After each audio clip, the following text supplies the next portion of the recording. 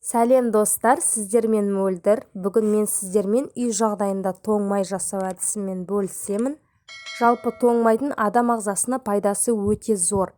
Мен осы тоң майды үнемі бауырсақ пісіргенде сұйық маймен араластырып пісіремін. Сол кезде менің бауырсақтарым майлы емес, өте дәмді болып шығады. Соғым сойған әр қазақтың мұздатқышында осындай майлар жиналады деп ойлаймын. Бұл жерде менде іш май, бүйрек май және тағы да басқа еттің майлары бар. Осылайша мен барлық жиналған майды анамның әдісі бойынша ұсақ етіп турап, шыжғырып қорытып аламын. Және де майдың арасында осындай бездер болуы мүмкін. Ол бездерді міндетті түрде алып тастағандарыңыз дұрыс. Тағы да бір айта кететін жайт, бұл майлардың барлығы қыс бойы сақталғандықтан аздап тұздалған.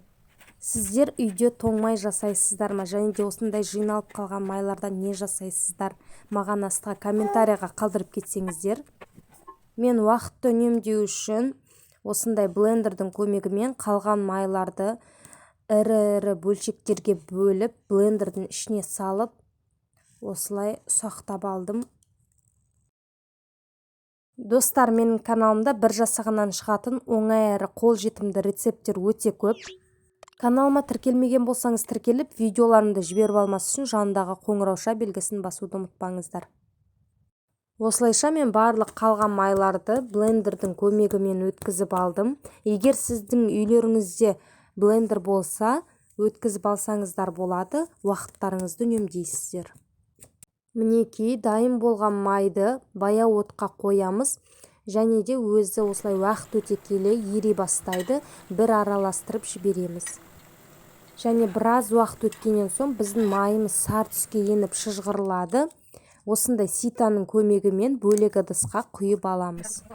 Құйып алған май тез суиды, және де қатып қалмай тұрғанда осындай воронканың көмегімен мен үнемі бутылкаға құйып аламын.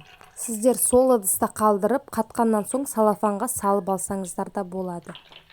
Және де мен нан ашытып қойғандықтан пайда болған шұжыққа дәміне қарай тұз бен бұрыш салып, пирожки жасап көрдім. Енді әркім әртүрлі жасайды. Кейбір кісілер картоп араластырып та салады. Мен осылай бірінші рет жасап жатқандықтан құр шұжық майдың өзін қосып көрдім. Өте дәмді болып шықты. Мінекей, осымен біздің тоң майымыз және де шұжықтан жасалған өте дәмді пирожкилеріміз дайын. Сіздер де жасап көріңіздер. Назарларыңызға көп рахмет.